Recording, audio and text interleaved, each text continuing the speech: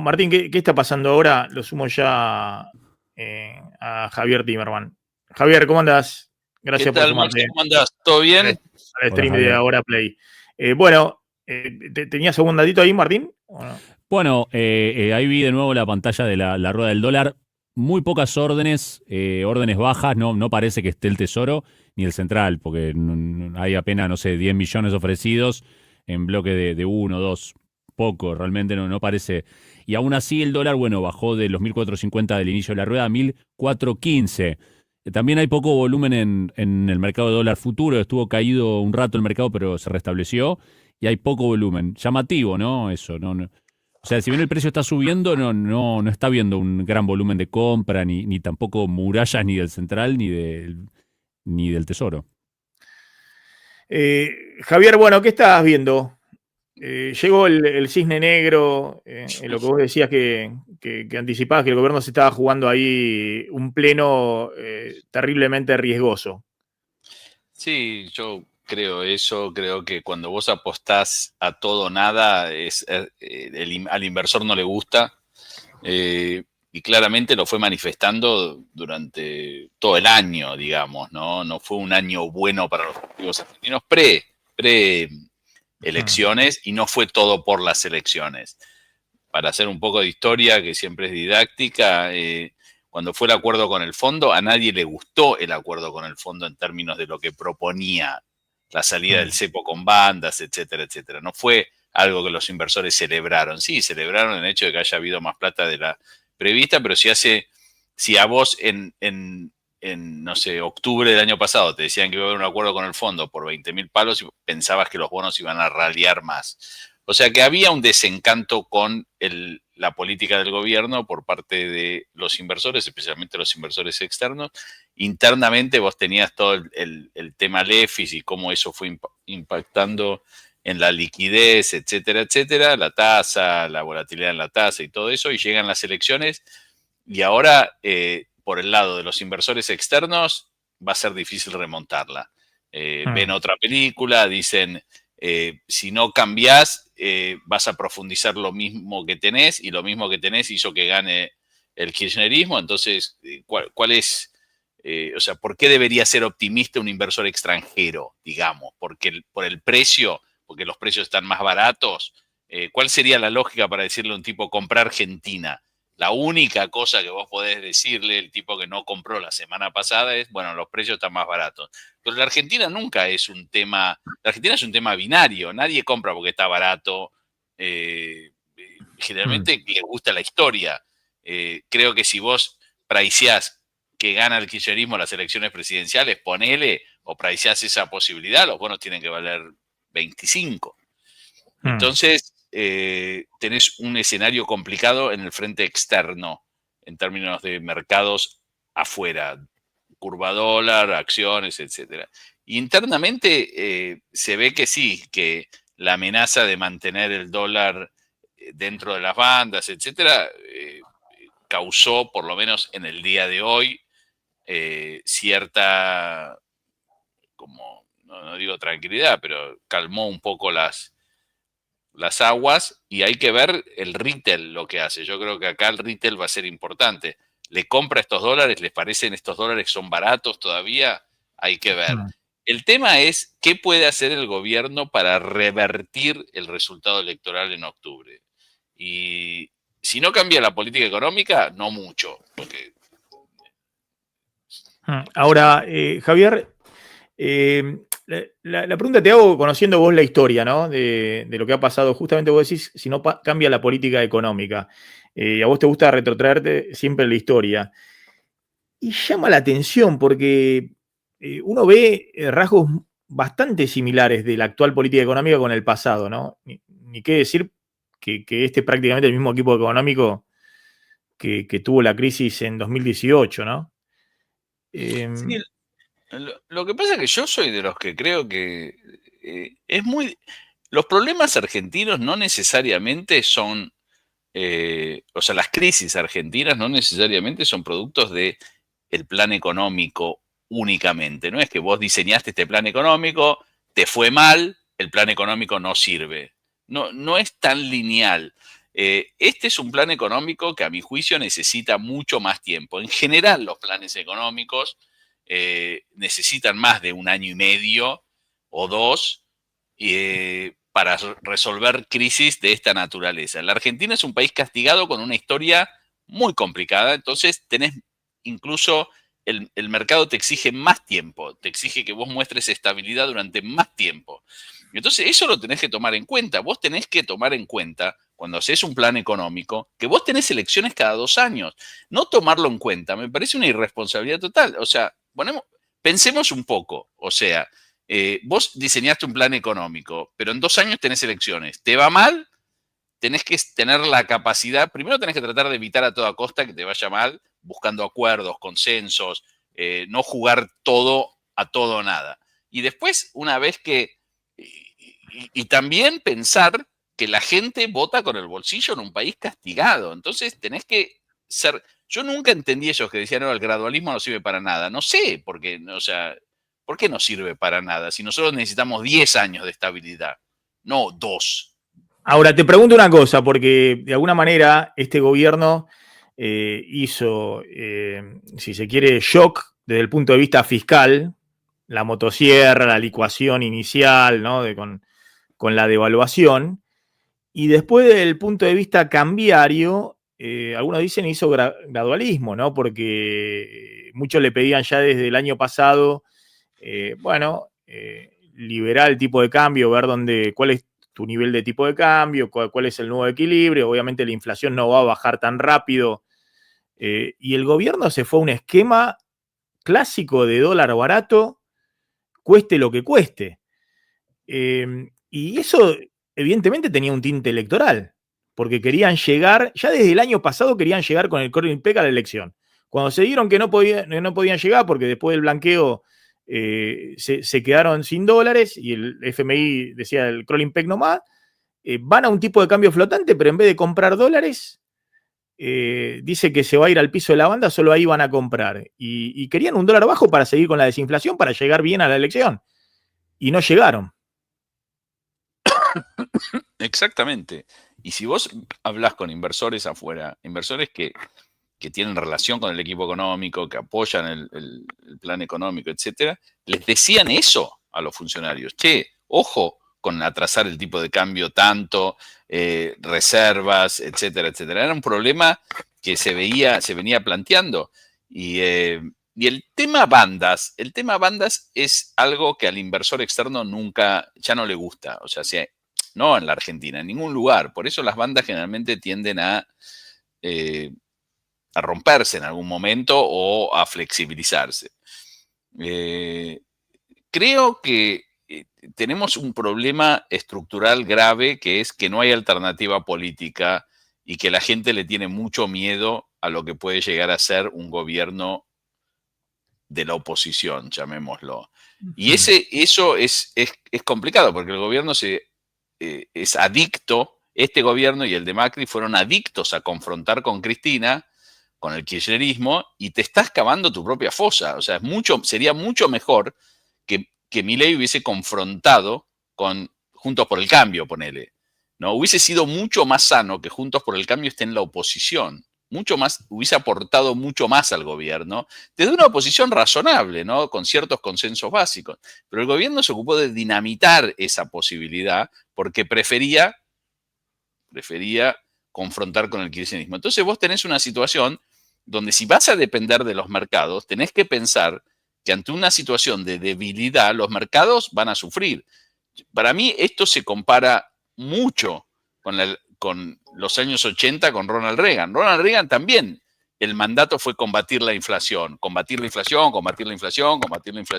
Es electo con la idea de que, ¿sabés cuál era el lema de Ronald Reagan? En el debate que tuvo con Jimmy Carter, él dijo algo que fue lo que sepultó a Jimmy Carter, que miró a la cámara y dijo: ¿ustedes hoy están mejor o peor que hace 4 años? Y la gente estaba peor. Y acá pasa algo similar. El tipo se mira al espejo y dice: ¿estoy mejor o peor? Y la mayoría de los bonaerenses se ve que estaba peor. Entonces, cuando vos tomás este tipo de políticas, tenés que pensar que tarda en hacer efecto y que vos tenés que estar dispuesto en un país que tiene elecciones cada 2 años a saber que del otro lado tenés una agrupación poderosa a la cual los mercados no confían. No es simple. Yo entiendo que la tarea del gobierno no es simple. Por un lado, mantener un plan económico sabiendo que la oposición se fortalece y vos tenés un problema porque estás como remando en dulce de leche. Entonces, yo creo que eso es algo que debe ser pensado. Debe ser pensado. Si vos escuchás, bueno, ustedes escuchan el discurso de Milei, y yo lo dije en un programa de televisión, esto, en Moreno, de cierre de campaña, vos sos un inversor y te da miedo. Milei te dice, se puede ir todo a la mierda si no me votan. Eso es lo que dijo Milei. Claro, ¿El inversor claro. qué hace? Una moneda al aire. Pero el inversor, ¿qué hace? Pensá, estamos nosotros tres. Somos los que tenemos que decidir si invertimos o no en la Argentina. Vamos a escuchar al presidente a ver qué dice. ¡Cucas! Sí. Acá tenemos el peligro Cuca, el soviético. Chao, salgo corriendo. Sí. Entonces, no sé cómo va a ser de acá en adelante, qué piensa hacer el gobierno, porque tiene que pensar que no puede controlar todas las variables al mismo tiempo. Quiere profundizar la lucha contra la inflación, quiere mantener las bandas, va a tener que lidiar con tasas de interés altas, con problemas en la provincia de Buenos Aires en términos de que la gente no la va a estar pasando bien si la actividad económica no crece, con inversores que van a estar atentos.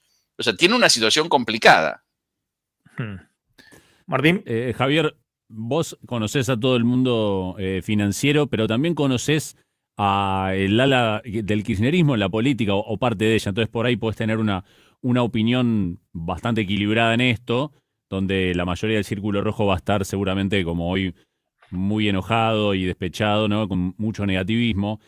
Y te pregunto, especialmente teniendo en cuenta el discurso de ayer de Kicillof, vos decías hace un rato que si gobernara el kirchnerismo, los bonos valen 25, eso es lo que piensa el mercado. ¿Vos creés que hay alguna posibilidad de que el mercado cambie de opinión respecto de eso, o al menos parcialmente, que no piense que vamos a bonos de 25 si es que en algún momento vuelve el peronismo al gobierno?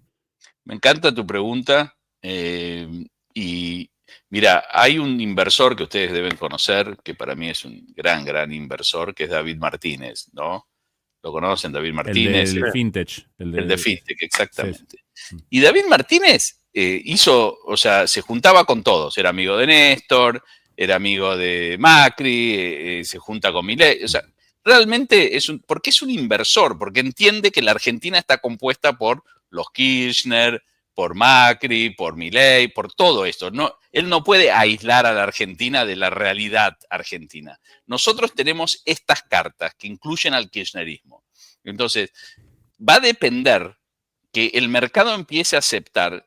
Cada vez es más difícil, ¿no? Por la historia, pero va a depender de lo que quiera hacer Kicillof, ¿no? Si entiende que para él también es beneficioso que el mercado interactuar con el mercado. Y yo, siguiendo un poco la filosofía de David Martínez, cuando hablo con gente cercana a Axel, le digo, júntense, pero no se lo digo ahora, se lo digo hace 15 años. O sea, júntense, expliquen, muestren su realidad. Lo peor que podés hacerle al mercado es esconderte. O sea, juntate, explica. Y también me parece que al gobierno actual también le conviene que la oposición tenga mejor crédito ante los inversores. Entonces, vos sabés que yo contaba esta mañana, hace un rato, primero que el chat que tienen los gobernadores, ¿no? De los 23 gobernadores y el jefe de gobierno y Macri, todos lo felicitaron a Kicillof, todos.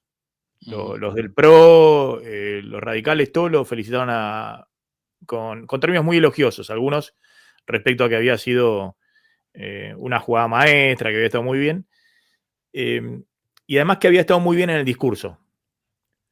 Y el discurso que dio Kicillof ayer fue un discurso en el cual sobre el final le pide una reunión, dice, basta las cuestiones de falta de respeto y demás, y le pide una reunión para trabajar en temas puntuales, no sé cómo fue exactamente la frase, a Milei, ¿no? Y salieron simultáneamente Yar Llora, Puyaro, Gustavo Valdés, los gobernadores que forman parte ahora de esta liga, algunos que eran aliados naturales del gobierno, como Gustavo Valdés de Corrientes, a decir que se terminó la etapa de los gritos, de los insultos y demás, de la grieta, que hace falta diálogo. Y algunos en particular, como Gustavo Valdés, le dicen diálogo, pero no para la foto. Nos Claro. podemos encontrar, pero podemos encontrar para llegar a acuerdos, ¿no? Entonces, ahí me parece que el gobierno tiene tal vez, en términos de lo que vos hablás, ¿no? De construcción de gobernabilidad, el único interlocutor con el cual puede, pero bueno, no es lo mismo los gobernadores hoy que los gobernadores antes, ¿no? Ahora ya Claro. ya le perdieron el miedo. Yo Claro. contaba que esta semana Milei tiene que vetar la ley de financiamiento universitario, que va a generar un despelote grande, pues salieron todos los decanos y rectores a advertir que no la vete. Y tienen carpeta, me decía un gobernador del PRO, tienen carpeta el veto de la ley de ATN y de distribución de combustible. Entonces, hay que ver qué hace el presidente. Si recalcula y va a algún tipo de construcción política o sigue acelerando frente al muro, ¿no? Claro, es un poco lo que yo venía diciendo los últimos meses, pero en general es mi filosofía. Si vos sos presidente, si vos tenés tenés la responsabilidad de gobernar, tenés que entender que Axel, el kirchnerismo, son parte de la República Argentina. Entonces tenés que llamarlo enano soviético, perverso, etcétera, etcétera. No suma. ¿Viste? No importa si él lo piensa. No importa. O sea, yo creo que si Milei lo invitaría, por ejemplo, a discutir, a charlar, a juntarse con los equipos técnicos de Axel y del Ministerio de Economía, etcétera, creo que habría lugares para entenderse. Yo creo que tratar de matar a tu adversario es contraproducente en política, muchas veces, porque no sabes por dónde puede ir la bala y tampoco puedes saber quién va a reemplazar a ese adversario. Entonces, en eso los yanquis pre-Trump, ¿no? Obviamente, eran bastante inteligentes en la forma que trataban a sus adversarios políticos. Pero al gobierno le conviene que esa oposición sea más razonable. Le conviene para llegar mejor a las elecciones. El discurso Moreno, Maxi, no sé cuántas veces usó la palabra kirchneristas, cucas. O sea, era realmente... O sea, no es el discurso de un presidente, me parece, que está tratando de que el país sea tenga más racionalidad económica. No hay forma de salir de esto si no hay 10 años de consensos económicos básicos. ¿Qué te dicen la gente que apoya al gobierno? Pero con estos tipos no se puede hablar. Pero con esa... Perdón, ¿se cayó? No, te escuchamos perfecto. Con estos tipos no se puede hablar. Te dicen eso, con este tipo no se... ¿Pero con quién vas a hablar entonces? ¿Con Del Caño? Vos sabés que lo que dicen algunos de esos gobernadores hoy es que ellos están armando el post-Milei. El post-Milei que no sea kirchnerista. Entonces están pensando lo siguiente. Están pensando en el 2027, ¿no? En el 2027. Pero Milei no necesita ahora. Tiene 2 años que gobernar. No, exacto. Pero además hay una realidad. Nosotros armamos en AdCap siempre un seminario de finanzas provinciales. Invitamos a muchos ministros de economía a exponer de todos los partidos políticos. Y hay cierta sintonía entre los ministros de economía de países gobernados, de provincias gobernadas por radicales, del PRO, por Pablo López de la provincia de Buenos Aires. No se odian, no se maltratan. Hay una muy buena relación, hay una buena relación entre Puyaro y Kicillof. Puyaro y Kicillof, pero el otro día estuve con el ministro de Economía de Mendoza. Él dialoga con el ministro de Economía de la provincia. La relación a nivel provincial es mucho más civilizada. Entonces te dicen, pero con este enano soviético no hablo. Bueno, entonces tenés las consecuencias que tenés ahora. Yo de todas maneras creo que el gobierno entendió algo, porque muchos tweets ofensivos por parte de asesores, de estos economistas, viste, que tratan siempre de describir el voto kirchnerista como un voto de bestias humanas, etcétera, etcétera, fueron sacando esos tweets y algunos hasta pidiendo perdón, ¿no? Por los tweets ofensivos que habían mandado. Y eso claramente es una línea bajada del gobierno. De militantes del gobierno, digamos, que aparecen en los medios y que son exacto, economistas.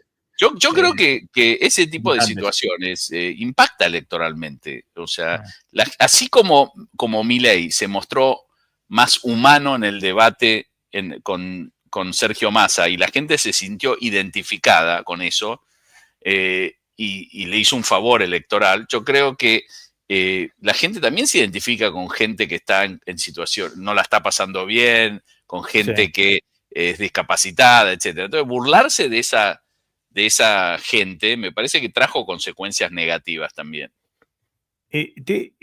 Ahora vamos a contar en un ratito, en este momento hay una especie de interna feroz, pues está este Gordo Dan, el Parisini, que es el mano derecha de Caputo en las redes, el que insulta a todo el mundo, el que tira cualquier cosa, pero está acribillando a Sebastián Pareja. Es lo que me dijeron, sí. Claro, al armador de Karina Milei, en las redes sociales están liquidándolo, que se metieron los cuca adentro, bueno, toda una cosa despiadada, incluso a los candidatos que fueron, por ejemplo a Bondarenko, que es el candidato que puso Pareja en la tercera sección electoral, el comisario retirado también, porque dijo que evidentemente había habido un impacto de la economía también, de la política económica en la gente.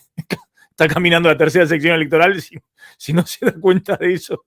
Pero bueno, hay una cosa, hay una interna ahí despiadada. Ahora, la pregunta que te hago es, en este contexto, vos estás en contra de la idea esta de bandas cambiarias y demás, pero ¿qué ves que debiera hacer el gobierno ahora para tratar de anclar mínimamente las expectativas, ¿no? Porque yo ponía más temprano esta imagen que a todos le quedó grabada del stream que iban el presidente, el ministro de Economía, el presidente del Banco Central y se mofaban de todo lo que no opinaban como ellos. ¿Está intervenido?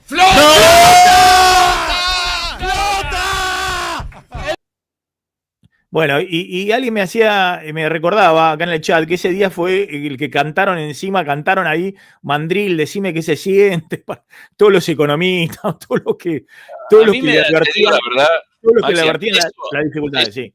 Eso me da mucha lástima porque hay gente que yo conozco de hace 20, 25 años en esa, que no son así.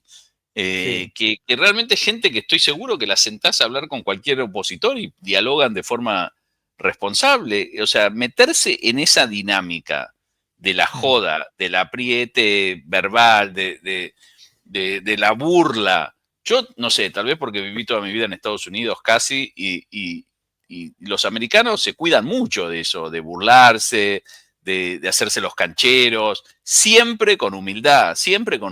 O sea, creo que eso impacta mucho porque la gente en la Argentina, para salir de esta crisis, mucha gente la va a pasar mal. No hay forma de salir de una crisis, de transformar la economía. No hay una forma de hacerlo que no tenga, que al menos en el corto plazo no impacte negativamente en la vida de la gente. Y si la gente está dispuesta a hacer ese esfuerzo, no te burles, ¿viste? No te burles, no los llames nombres ni nada. Aunque piensen diferente, aunque voten diferente. Yo creo que a mí generalmente... Yo lo preguntaba por el tema de que todas las advertencias que le hacían distintos economistas, o las advertencias típicas respecto a lo que estaba pasando con el dólar, la tasa de interés, bueno, el gobierno se burlaba también de ello, ¿no? Ha habido artículos muy interesantes de Marina del Poyeto, por ejemplo, hace rato, planteando y advirtiendo, bueno, Marina del Pifieto y esto, y con todo lo mismo. Entonces, ¿qué crees que va a hacer el gobierno en esta disyuntiva, digamos? ¿Plantea y defiende lo que dijo hasta ahora y se parapeta en las bandas cambiarias y estalla la tasa de interés y los encargos? Yo creo que el gobierno hoy, al menos hoy, está bien que reaccione con tranquilidad, que diga, bueno, estamos dentro de las expectativas, no tocar nada, me parece bueno. O sea, hoy tenés carry positivo, digámoslo, ¿no? Mientras más avance el día, los días, y la cosa no se desmadre localmente, me parece que el gobierno va a tener más herramientas. El tema es que me da la sensación de que estás muy jugado en el tema reservas y en el tema tasa de interés. O sea, tenés que sacrificar algo y me parece que ese algo va a tener que ser el dólar en algún momento. ¿Por qué? Porque si no, la economía no se va a reactivar y las reservas no van a crecer. Hoy ya me parece que diste,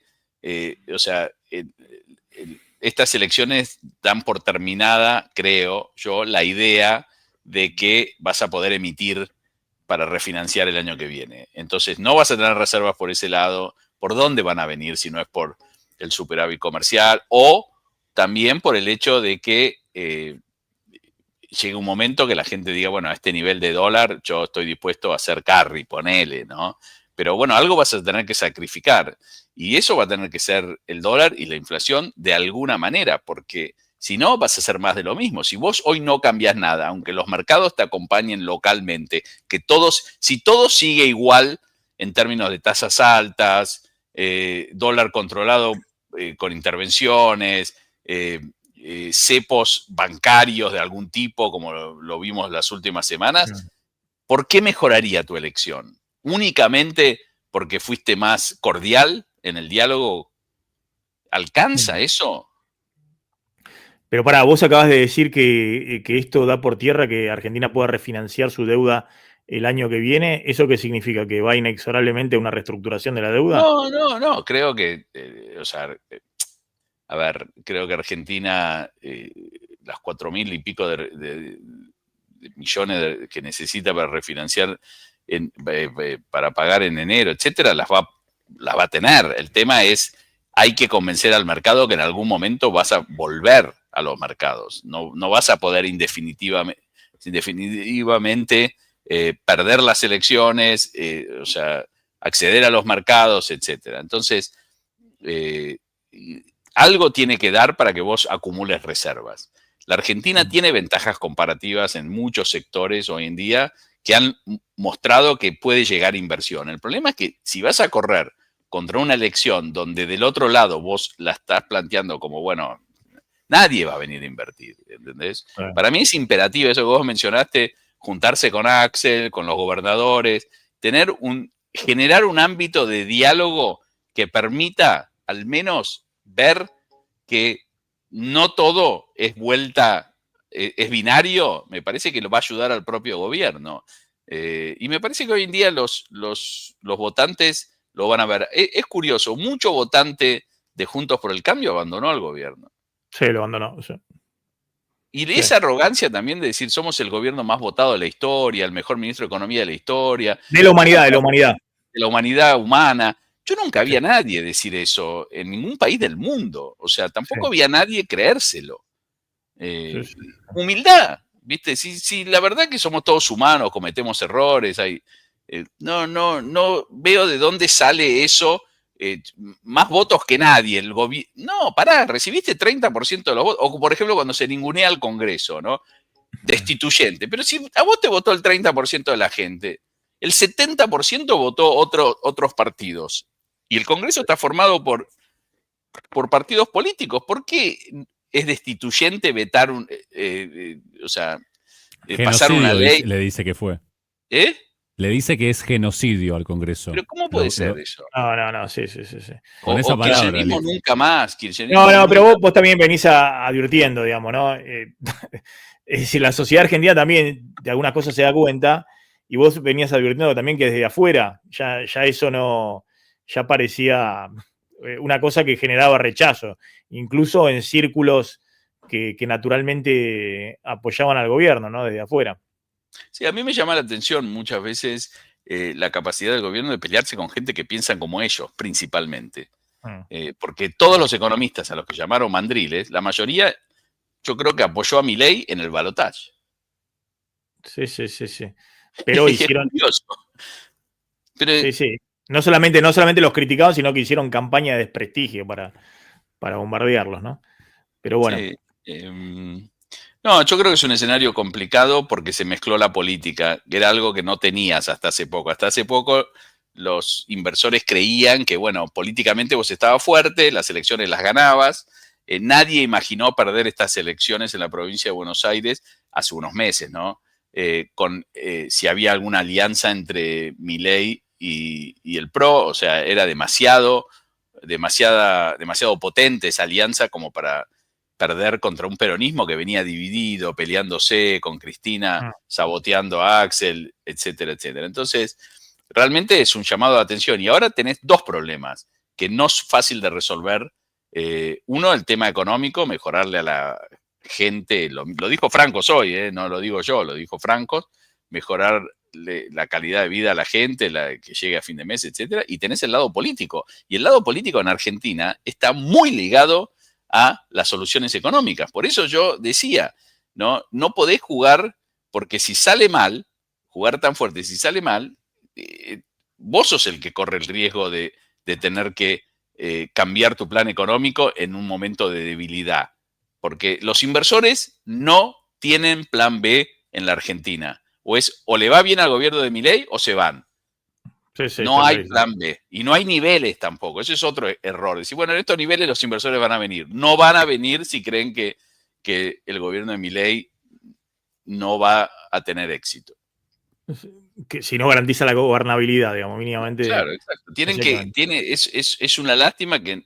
Pero en una de esas, el medio, los gobernadores, etcétera, plantean una oposición más razonable y yo creo que eso ayudaría al gobierno. Javier, gracias por sumarte como siempre al stream de Hora Play, muy amable. Un fuerte abrazo. Gracias. Chao. Gracias, Javier.